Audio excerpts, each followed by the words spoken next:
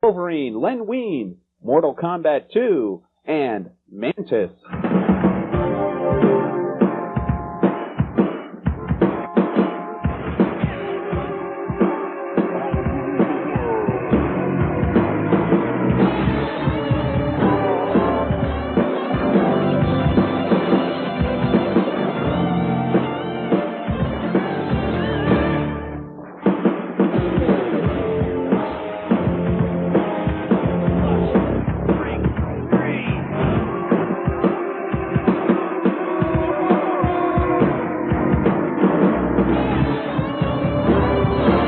Welcome to Inside Comics. I'm Tony. And I'm Nikki. Today on Inside Comics, we'll be reviewing the hit series Mantis, talking to Wolverine creator Len Wein, and reviewing Mortal Kombat 2.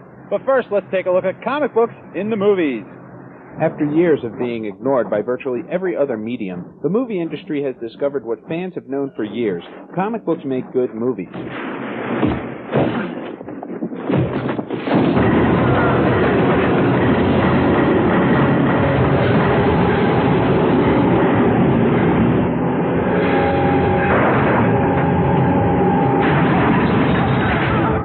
And, come to think of it, movies make good comic books.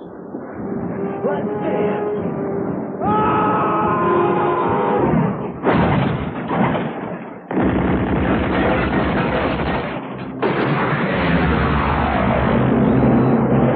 Police officer, no loitering. Class is over, John. Time for something new and improved. Oh, hell. I've always been attracted to two general areas for movie subjects, just my psychological makeup. One area was kind of reality-based films like Wall Street or Reversal of Fortune or Badlands or Papa. And the other is pop fantasy, going back to Phantom of the Paradise with Brian De Palma, or Conan, or The Crow, now Judge Dredd, Street Fighter. We're doing something called ElfQuest. We were very fortunate to sign a production deal with Edward Pressman Films, and he's the fellow who has produced, he produced the two Conan movies. The guy is very committed to this type of film, and he's very interested in comics. So we signed a production deal with him, and the reason I'm looking into the camera, and it's not Wendy and I looking into the camera, is that as we speak, Wendy's in California. She's working on the storyboards for the ElfQuest animated film. We've had some crazy suggestions. Burgess Meredith for the character of Two-Edge. Natasha Kinski for the character of Lita. Brenda Vaccaro could do a wonderful, rough female warrior voice. Marvel, which has yet to score a major film hit, has several movies in development, including the X-Men movie from 20th Century Fox. I've never been able to figure that out. I've had people suggest, somebody said Robert De Niro to me recently, someone else said Harvey Keitel. I'm not sure who should play it. I don't know, Tony Danza. I don't know. The next Marvel movie actually to hit the theaters, however, might be Cage, based on the former Power Man character. Ron Friedman, producer of the Marvel Action Hour, recently completed a script for Cage. Other movies include the second Fantastic Four movie, Blade the Vampire Hunter, Black Panther, Ghost Rider, Daredevil, and Elektra. But what about Iron Man? Actually, a choice done by Marvel's artist Alex Ross and Timothy Dalton as Iron Man is a pretty good choice. He's got the looks, he's got the mustache. The most awaited movie from Marvel, however, is the Spider-Man movie. After years of different scripts, directors, and studios, there's finally hope. Maybe. You forgot to say please.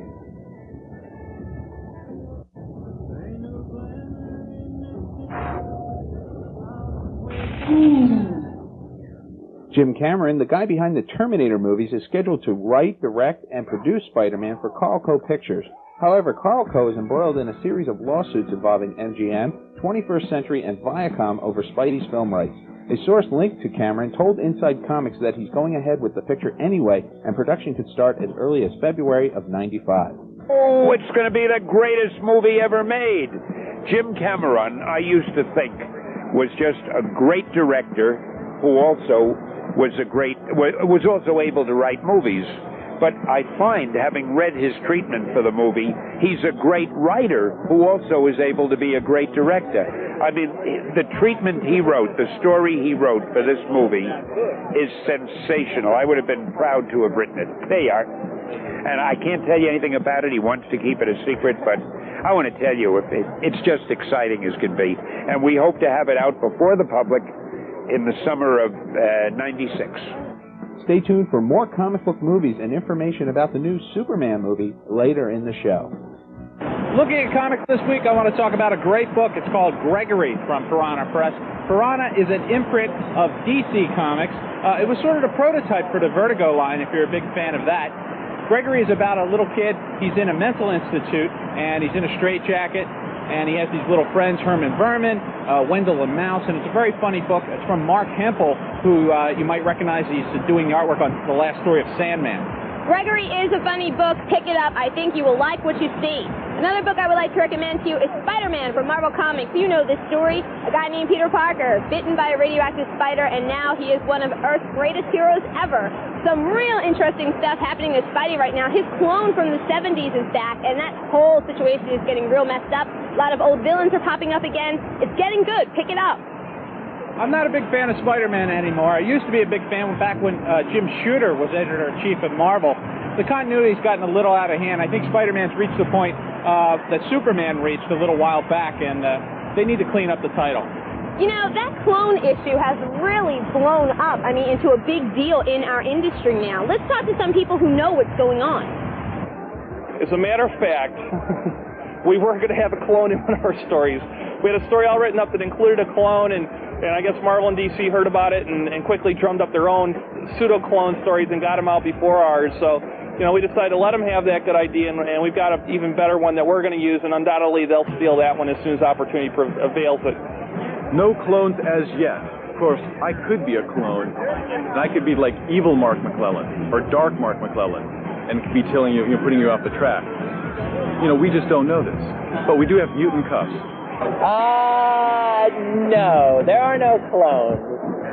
No, I have some pride. But I've just been informed we have three clones. So cloning's an interesting storyline. It's something that if you can do it right, I think you could pull off something good. It was kind of a catch-all science fiction cliche in the late 70s for a lot of fiction. Not that I know of. But Tom DeFalco was standing right over there. You can ask him. Can I ask him? Excuse me, Mr. DeFalco. Could you come on camera for just a minute? They want to know if in the next year or so we're working with clones. If FF is working with clones? We think clones are going to be very big in '95, so we'll probably get a clone or two in there. Yes, we will send in the clones. But they will be alternate reality clones. Well, I didn't want to spill the beans, but Iron Man himself is a clone. He really died back in Vietnam. In issue 39, it Tales of Suspense.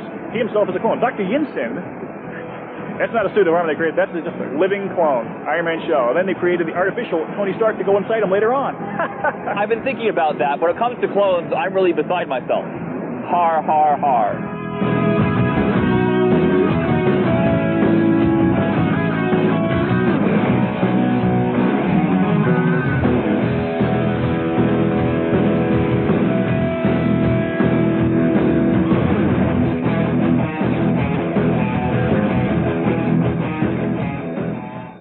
Cosmic Comics on the White Horse Pike in Berlin, New Jersey, just off Route 30, midway between Atlantic City and Philadelphia. Golden Age, Silver Age, and Modern Age comics. T-shirts, trading cards, magic cards, and sports cards. Cosmic Comics also has mail service. Comics delivered right to your home. For more information, call 609-768-7117. That's 609-768-7117. Cosmic Comics. For collectibles, if you want it, we'll find it.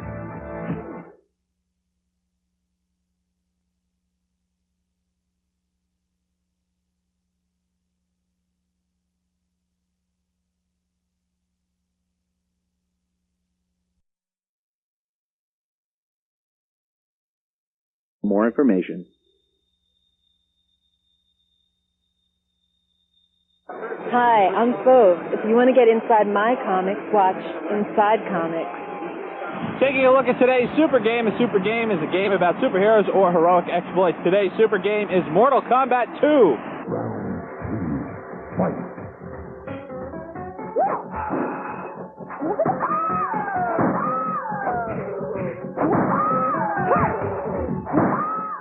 This is from Acclaim. It's the great game that everybody has been waiting for, a sequel to Mortal Kombat.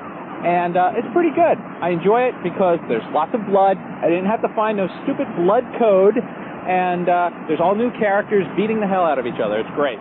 Mortal Kombat 2 looks good, and the ultra-violence is actually really cool, but it's just too hard a game to play. I really don't like it for that fact. I mean, you have to, like, A, B, B, left, right, right, right. It's too much. Come on. For a video game, I'm sorry. Give me Street Fighter any day. You just need a little practice, Nikki. Read the directions and check out all the special maneuvers and practice. Play against your friends because the computer will kick your butt up and down, even if you set it on very easy. Let's rate this game on the Mighty Meter. I got to give Mortal Kombat 2 a 4.5. I give Mortal Kombat 2 a 2.5. 2.5? I can't believe you. You don't like Mortal Kombat 2. What, is this a running gag now? It's too hard. It's too hard. Inside Comics caught up with Len Wein at the San Diego convention. Len is responsible for Wolverine, Swamp Thing, and a whole host of other great creations. Here he is. Comic book veteran Len Wein has been a fan favorite for years. How did I get started in comics?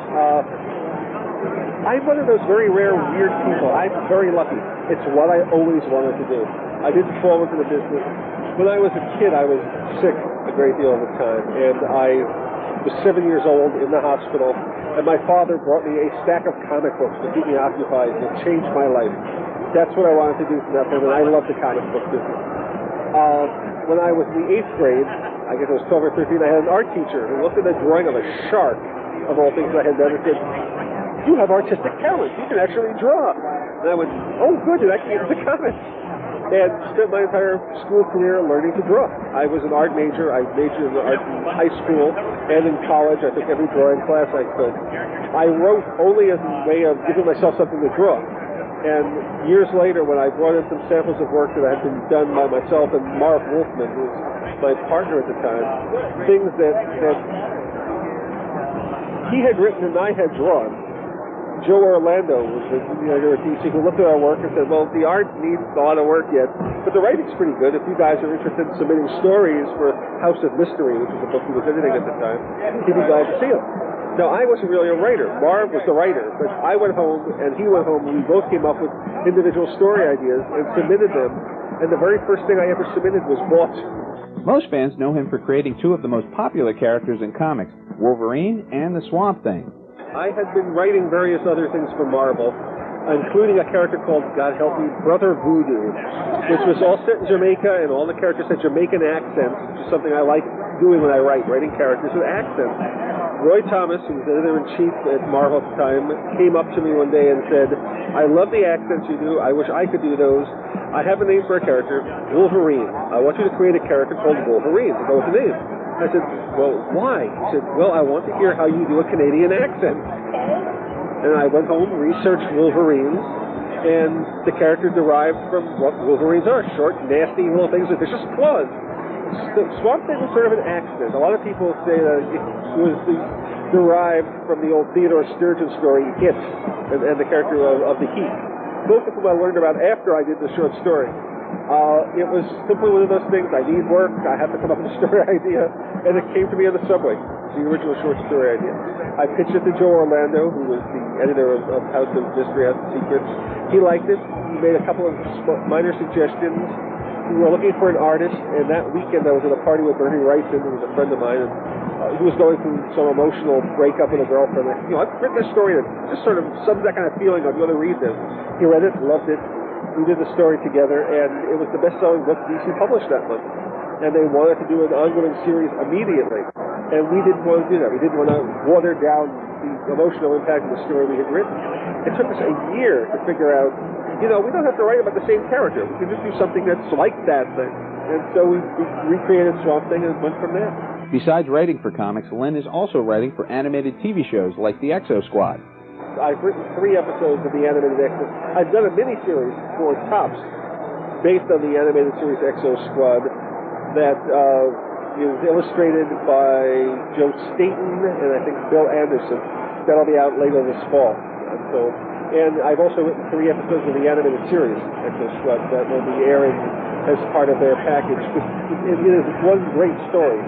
The entire Exo Strut thing, unlike almost any other animated series I've ever seen, isn't really short episodes. Everything's in story arcs, all part of one vast story that resolves itself in the 65th episode. Currently, fans can read Len's work in Gunfire, a superhero comic for DC. A superhero who's not quite like anyone else out there, I hope.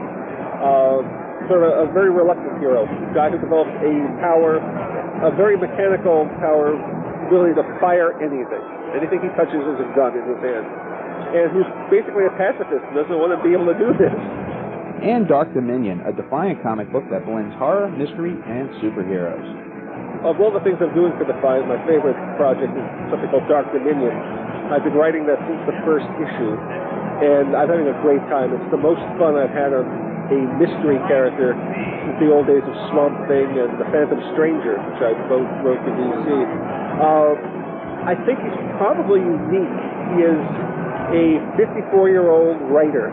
We have a hero named Michael Alexander, middle-aged guy who's never done anything physical, really, in his life, who discovers that everything we've ever seen out of the corner of our eyes, those are the things we're always seeing, what was that, are there. That there is another world that exists right beside ours, this Dark Dominion, and he discovers how to move into it. And on the Dark Dominion, he's the most powerful person on Earth. So you've got this little middle-aged guy who, on our world, who would never know this walking past you in the street, and who, in the Dark Dominion, is the character called Glimmer, the Glimmer of Hope, the most powerful being on Earth. What? My client's work offends you. Don't worry. I'll take care of it. Whoopee, baby, doll. Love the music, but listen, if you're gonna play in public, you're gonna have to make these changes. Imagine all the art that could have been if it were not for censorship.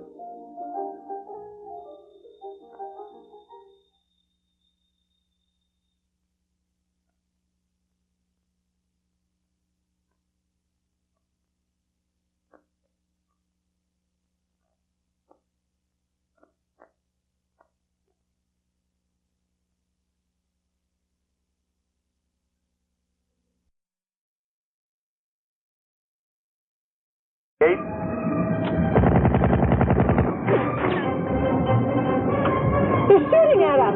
You gotta fire back. You can't. I don't have any offensive weapons. You don't? Philosophical thing. Philosophical? I pretty much enjoyed Mantis. I would say it's an average superhero series. It was written by Sam Hamm, who also did the screenplays for Batman, and take that for good or ill. But it was developed by Sam Raimi as well, who directed Army of Darkness, which was a pretty good movie. I really enjoyed what they did with Mantis on the regular series premiere. I think it has a lot of potential, and it's just going to keep getting better as time goes on. I enjoyed the pilot a little bit more, I think, because I missed the 2 Nubian scientist characters, but they cut them out. But this show does have potential, and I'll keep looking for it in the future. Let's rate Mantis on the Mighty Meter. I'm going to give Mantis a 3. I'm going to give Mantis a 3.5. More and more comic book creators are looking to place their creations on the silver screen. In terms of producing movies for the big screen, we're talking to several of the majors to come out with real movies. I think I'd want to write Bloodshot. If Solar came to mind at one point, but I think I would rather write Bloodshot if I had a chance to work on a movie. There's currently some negotiations going on to try to create a Grimjack movie.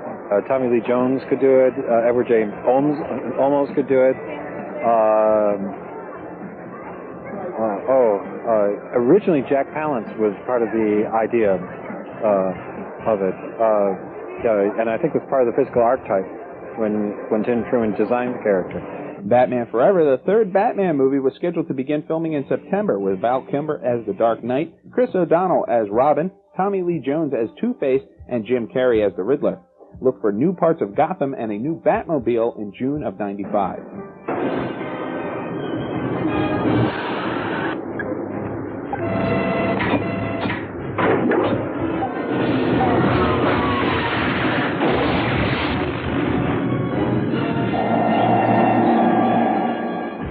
Warner Brothers has reacquired any and all future film rights to the Superman movies.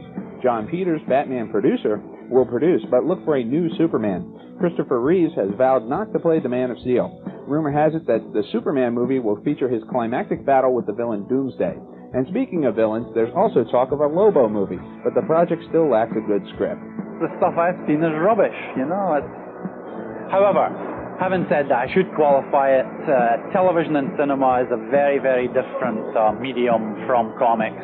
And they have their own way of putting a show together, putting a character together.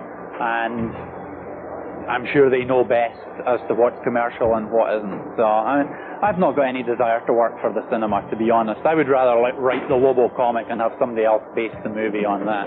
Other movies to watch for are The Badger from Paramount, Casper and Richie Rich based on the Harvey comics with Macaulay Culkin as the world's richest kid. What a stretch. Judge Dredd starring Sylvester Stallone, Street Fighter with Jean-Claude Van Damme, Tank Girl with Lori Petty, and Mortal Kombat based on the hit video game. Finally, the comic book company to really watch for is Dark Horse. Spoken!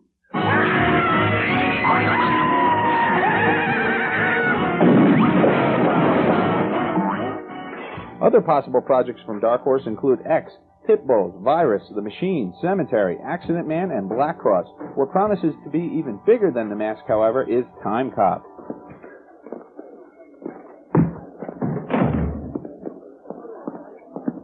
I went 10 rounds for John L. Sullivan himself.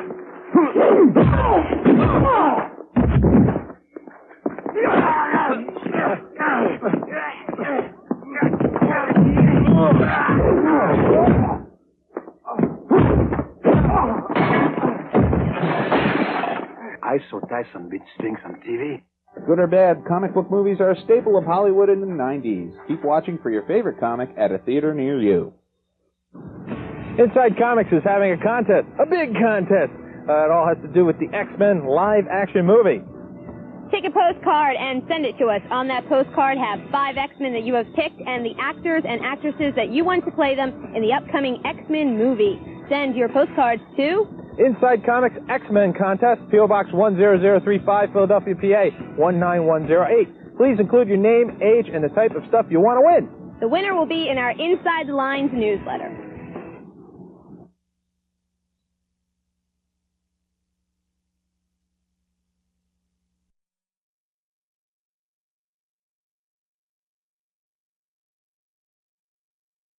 Tafari wins a platinum edition of Bloodfire #1 from Lightning Comics. If you would like to win a cool comic, send your letter to Inside Comics, P.O. Box 10035, Philadelphia, PA 19108. Please include your name, age, a question, and the type of stuff you'd like to win. Tune in next week on Inside Comics when we'll be at the big National Comic Book Convention. We will also be interviewing hit writer Joe Duffy. See you next week. Bye-bye.